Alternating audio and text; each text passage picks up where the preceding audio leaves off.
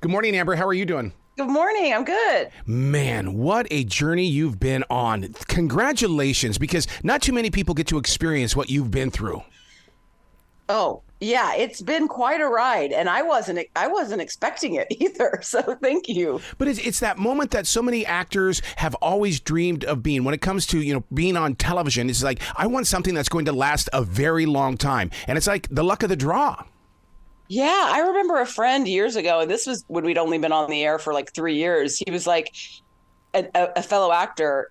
He said it's like winning the lottery, which is 100% true. Just getting on a show is like winning the lottery, much less being on a show that you would watch as a fan and that goes for 14 seasons. It really is. It just doesn't happen to very many people. So I feel so lucky. Well, 14 seasons, that means that Pam Poovey is pretty much inside your soul. Yeah, that's right. She's become a part of me. What have you learned from her? Honestly, I've learned not to take myself so seriously. Yeah. Not to give two shits. Can I say that? Yeah.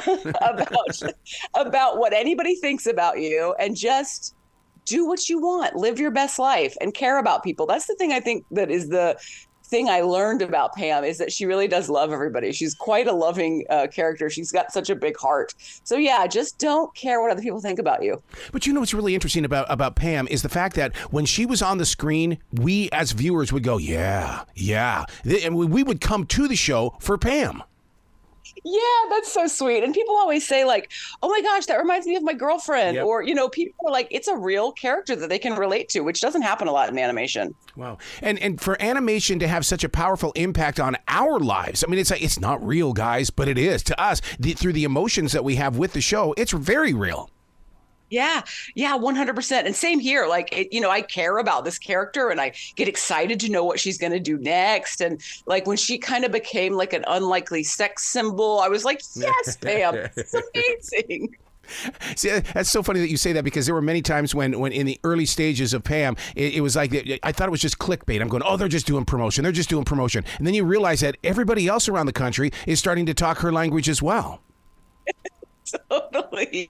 Totally. And then she was like in the Sports Illustrated swimsuit edition. And that was when I was like, okay, we've made it. Now, you tackle in this final season something that kind of opens up my heart and going, what happens if this were really true, with the UN declaring that all private spy agencies are illegal and must shut down? Boy, that sounds like a real day thing. Yeah. And the thing that was really fun about it, too, that they kind of leaned into with the writing, is that all the characters knew that their jobs were ending. And so we all knew that our jobs were ending. And so, the way that Pam was dealing with it was just to like deny it, like don't believe that it's happening, refuse to deal with it. And so it really helped us kind of deal with the sadness of the show ending as we were playing our characters, because they were all sad too. So it was actually pretty genius the way they did it. But you know what, though? In my heart, I keep going, they're going to make a movie out of this. They're going to go away for about 1 or 2 seasons. We're all going to miss it. And all of a sudden, we're going to be at that movie theater. That's what I hope. I really do hope that's the case. And the cast is ready to go. It's just a matter of who's going to make this movie. We'll be there. Can you imagine seeing it on such a large screen? Because I think it would be an incredibly different feel about it. Oh, for sure, because the animation's so beautiful and it's gotten so intricate. Yep. And I remember seeing the Simpsons movie in the theater and being like, yes, this is exactly what I wanted. Mm-hmm. And because the Simpsons style is so simple, and then seeing it like way more, intricate was very fun. So I can't even imagine what an Archer movie would be like. Am I wrong to say that there's never going to be another show like Archer, that it set its own pace and tone? I don't think you're wrong. I think you're right. I think that it definitely kind of influenced some people that have come after it. But I think you're right. I think it was what it was when it was, and there will be nothing else like it ever again. How do you tap into the mind and the creativity of Adam? Because, it really seems like that everything that he does is like the sequel of a book. It's like it just keeps going and going. And he's so smart. That's the crazy thing. I would get episodes and I'd read them and have to look up more than a handful of things on Google because I'm like, what the hell is he talking about? He's just so smart. But it's also, I think, exactly why we got to get away with what we got away with, because, it's very dirty, but it's all smart. So we've earned all the opportunity to get a little raunchy with stuff. So it's been pretty cool to tap in. And I've become friends with Adam over the years. And so to get to know him is just like, this guy is hilarious and probably one of the smartest people I know. And yet the language that is spoken on Archer is it's how we all talk. It's nothing but a page from our own lives. Yeah. And I remember in the beginning, too, one of the things they really wanted to stay away from was anybody doing character voices. Yeah. My voice is probably the most character-y of all of them. Oh, and Gillette, who is Adam Reed. Because they wanted it to feel like we're all just regular people, What was it like to be inside that sound booth? Because I've seen photographs of it's like you've got all your producers and directors outside the room, but yet you get to go into this itty bitty voice room, and it's like, what? You're the star. You need to have your own big, auditorium. It's pretty great. Like I remember in the beginning, I was like, when I first started doing voice work, because I didn't really know what I was doing, I was really worried about like, am I going to hit the microphone and have to redo a take? And how's the sound going to be? And if I move around and all this stuff. And then I got a really great note from somebody and they were like, we can hear that you're just static, like you got to move around. You can hear a smile in your voice. You can hear all the things. And so now when I leave the booth, I'm sweaty and like, oftentimes I've been eating food in there because Pam is always eating food. So there's just like spit all over my script and like food dust. So it's a dirty business doing voice work. You're so right about that, because when you step in there, I mean, one of the best stories I've got from my wife's ex-husband is that he was working with Madonna and she put her bubble gum all over his RCA microphone. I'm going, God, that's so cool. That is just so cool. So funny. But you talk about hitting that microphone. A lot of people don't realize how we use our hands in everything that we do. And bumping that microphone, even with your nose, you're going, damn it, why did I do that? Yeah. 100%. But you have to do it. I mean, you got to be able to hear what's going on in there, especially at a show like Archer where there's so much action and there's scenes where you're like, well, they need you to pretend like you're pulling this Volkswagen with a rope. Okay. So then you're like, I definitely act it all out so you can hear it in my voice. It's definitely a part of what we're doing in there. And, you're not with other people. So I would look at the microphone and be like, okay, I'm talking to Lana. And so I'm imagining Lana in this microphone. So you really do have to have an imagination for sure. One of the things that I have to give you guys kudos for is the fact that you guys learned how to play that social media game really, really well. I mean, because the talk after the shows, the talk before the shows, everything like that has always been so planned out. Or is it planned out? Or is it you guys just love each other so much, we're just going to go on the web and talk about it? Yeah. I mean, in the beginning, like one of the things that Lucky and I started doing, because Lucky and we had known each other for years because we came up doing improv together and we were on a show with all these famous people. So nobody knew who we were. And so Lucky and I would do a lot of stuff together because we had the time. So we would live tweet our episodes and connect with the fans that way. And it was super fun. And also we were coming up at the time. I mean, our first season was in 2010. So it was kind of at the same time that like Instagram was blowing up and all these different things. And so I remember Matt Thompson, the executive producer, came to me and Lucky probably season 3 or 4 maybe, and asked us if we would write the Twitter feeds for our characters, nice. Which was very hard because I'd never written as Pam. Obviously, I just voiced Pam. And so I was like, am I going to be able to write in this voice? And then I sent in a bunch of sample tweets and they were like, this is entirely too dirty. I'm like, what? Too dirty for Pam. I would love to read a book from you where you're interviewing Pam, and it's you with your real life interviewing her with her life. Oh, this is a great idea. This will be my next project. Only because, I mean, I can obviously feel the two different personalities, but at the same time, it's like both personalities are really, really good. Yeah, well, thank you very much. It's like we're sisters. One of them's a little bit more rough around the edges than the other. So I know that you're also into the movies because the movie How to Ruin the Holidays. My God, we get to see you and hear your voice coming out of your body. Yeah, and that's kind of was the whole point, right? Like people knew me as a stage actor, like doing improv, and people knew me as a voice actor, and nationally only as a voice actor.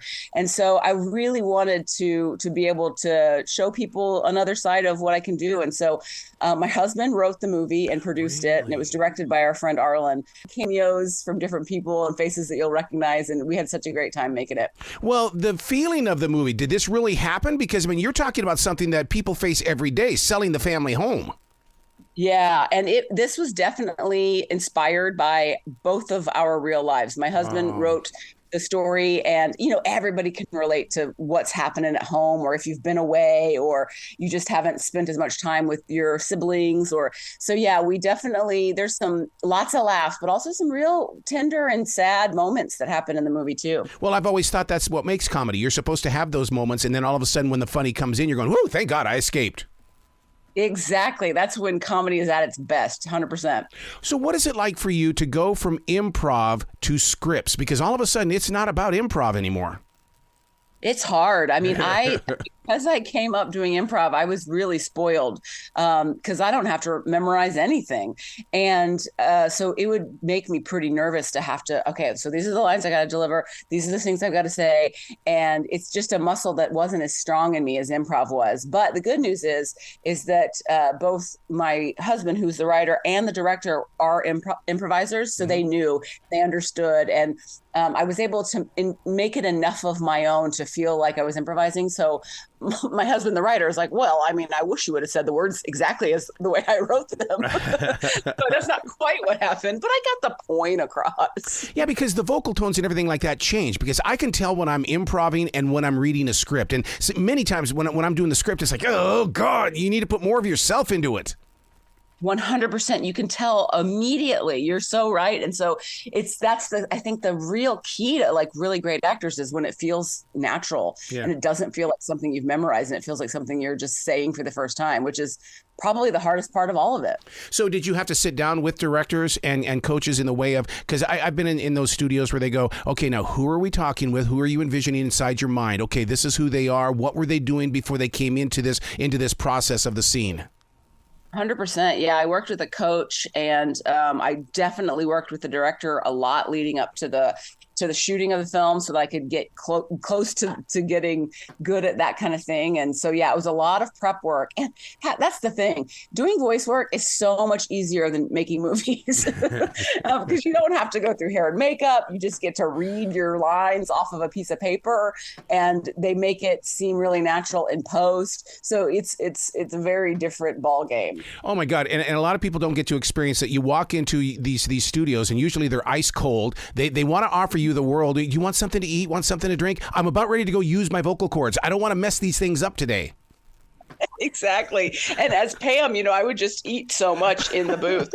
So there was never enough snacks for Pam to eat. And in the early days, we were at this small little studio, and the poor engineer, like, more than once gave me his lunch so that I'd have something to chew on during my recording. Yeah, because you can't fake that. I mean, I've tried, but you can't. You've got to really have some. See, if you're going to be eating peanuts, man, there better be peanuts in my mouth.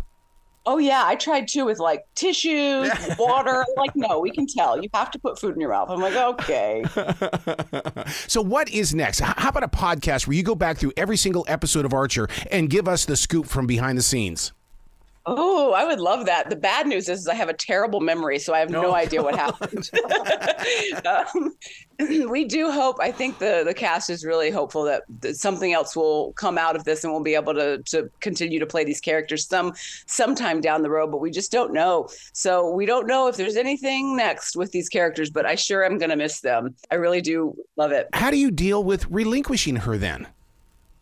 I think I've just not been accepting it, just like Pam in the last 3 episodes. Because it's, we've had the season 14 ended.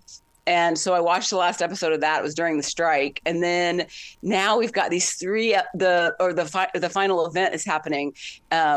later this week. And so after that airs, maybe it'll kind of set in a little bit more, and I'll have to go into a dark cave for a few months and then emerge after that, because I'm really not ready for it, like a lot of the fans. Yeah, because I mean, one of the things that I had to deal with in radio is the fact that, becoming the used to be, and I had to adopt the Marine attitude. What do you mean used to be? I still am. And it's one of those things that, Exactly. you've got to always stay strong with whatever character you play. So true. So true. And, Pam will always be there. And the thing I always forget, and especially with streaming now, it's not like, the show is going to stop and nobody's ever going to watch it again. Like, there's still people that haven't seen the last few seasons, or people that have no idea that we're ending, or people that haven't even discovered it yet. And so that's kind of the great thing about the time that we live in, and that stuff is just kind of available for who knows how long. So that's the good thing that makes me feel like I'm not going to just cease to be known ever again. I mean, streaming has changed everything, because you're right, because you're never too late for the show. All you got to do is you got to find the show and then make it work for you. That's right. That's all you got to do. And so it does definitely change the dynamics of when, there's not like that water cooler thing where it's like, after Wednesday night, everybody's talking about the show. It's just not like that anymore. Yeah, because my wife and I, it's one of those, I think one of our struggles is that we have certain daytime shows we like to watch, and we have nighttime shows. You can't put a daytime show on at night because it just freaks us out. I'm the same way. I didn't know other people were like that, but I totally am. Because daytime for me is when I watch like more reality stuff, like unscripted stuff. And nighttime is when I watch like, a show that's got some meat and some grit to it, but I never switch up, just like you said. Yeah, because I got to have my Gordon Ramsay during the 1 o'clock hour, man. That's just my guy. Exactly. Are we going to see you on a reality show, Dancing with the Stars or America's Got Talent? What do we see on the other side of your personality? I would totally do Dancing with the Stars, and I'd get it eliminated eventually, like probably pretty quickly, because I'm terrible at dancing, but I love it. So I have all the heart, none of the talent. So I would do that in a heartbeat. But that's what we love as viewers, is that we love people that are just like, oh my God, they're not going to make it. And then after week number 6 or 7, you go, damn, they're good. Yeah, you get to follow their journey of learning how to dance. Are you writing anything? I am not. Well, I kind of am dabbling a bit. My husband's more of the writer. I don't have the discipline, sadly, from years of doing improv. It really is hard for me to write, but I have so many great ideas. So I've got plenty of stuff that I want to pitch. And I do actually have plenty of reality show ideas. So you'll see me out there somewhere. I've just got to find the right people to say yes to my crazy ideas. How do you deal with being the other one in the family that's not the writer? Because, I mean, I'm a daily writer. I have to write. I have to have my space. And I love my wife for respecting that place where I have to go to. How do you deal with that? Yeah, I mean, I really appreciate, like, I get how hard it can be, because I've definitely written stuff in the past. And so I know how much time and focus it takes. And so my husband, if he's locked up in a room for a while, I'm like, great, I've got the house to myself. I can do my own thing.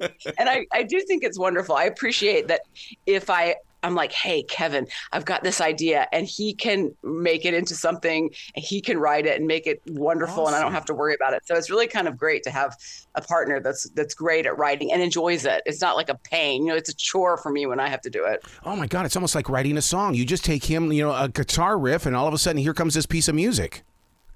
Yeah, and then I get to do it. And so I get all the glory. It's fantastic.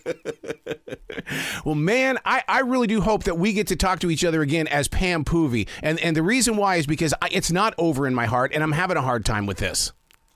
Me too. So I'm glad there's more people out there, and I agree 100%. Pam will be back one day. Long live Pam Poovey. Absolutely. Be brilliant today, okay? Thank you so much. You too.